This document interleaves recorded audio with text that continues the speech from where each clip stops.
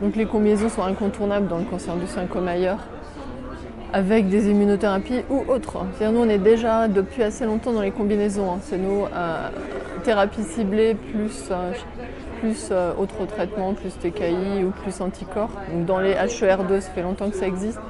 Dans les HER2, on est au tri voire quadrithérapie actuellement avec des taux d'efficacité extrêmement élevés. Donc on ne va pas dire qu'on a guéri cette maladie, c'est pas le cas, mais pas loin quand même, on a des taux de guérison extrêmement élevés, des taux de réponse, etc. Dans les cancers récepteurs positifs, on est aussi dans les combinaisons d'hormonothérapie, on a vu plus d'inhibiteurs, CDK4, etc. et d'autres.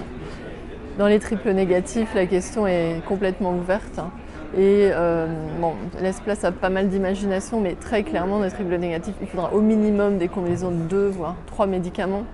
Le grand problème étant exactement ce que vous décrivez, c'est-à-dire les enjeux de tolérance. En particulier, dans le cancer du sein, la tolérance est souvent un peu moins bonne que dans d'autres pathologies pour des raisons peu claires. D'abord, la pharmacologie des médicaments est un peu différente chez les femmes, etc. Et puis, l'association aux hormonothérapies est compliquée. En tout cas, effectivement, les enjeux vont être de réguler ces problématiques de tolérance des combinaisons.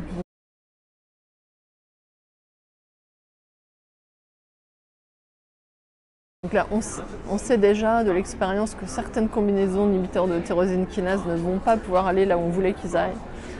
Malheureusement, dans le cancer du sein, on avait pas mal d'espoir de certaines combinaisons d'inhibiteurs de PI3 kinase avec d'autres thérapeutiques. Ça va être assez difficile d'en faire des traitements en tout venant, on va dire en tout cas.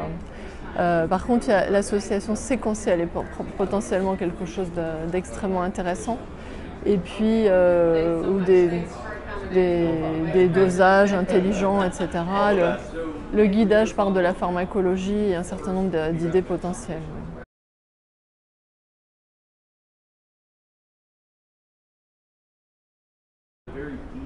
En fait, on ne comprend pas tout des immunothérapies, mais ce qu'on comprend, c'est que pour qu'une immunothérapie soit efficace, il faut que l'hôte soit éventuellement réceptif. Donc il y a une infiltration lymphocytaire ou qui est l'expression d'un certain nombre de récepteurs de sensibilité aux immunothérapies.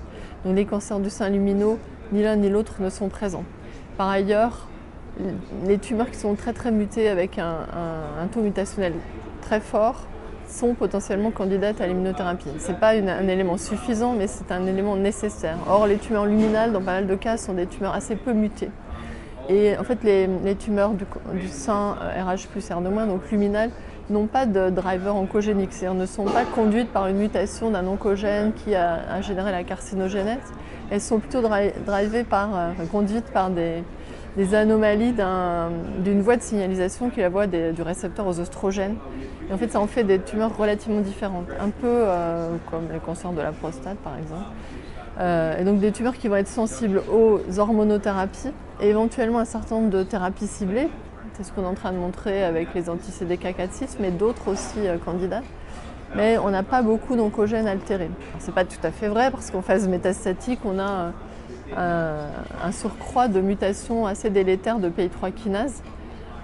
Et ces cancers qui sont mutés PI3 kinase sont les cancers potentiellement les plus sensibles, non seulement aux inhibiteurs de PI3 kinase, mais également aux immunothérapies. Il faut que ces cancers acquièrent un niveau de mutation élevé et de certaines mutations pour être plus sensibles à l'immunothérapie. Bref, en tout cas aux immunothérapies que nous avons actuellement, parce que le futur est différent. L'immunothérapie, évidemment, ne va pas s'arrêter là même.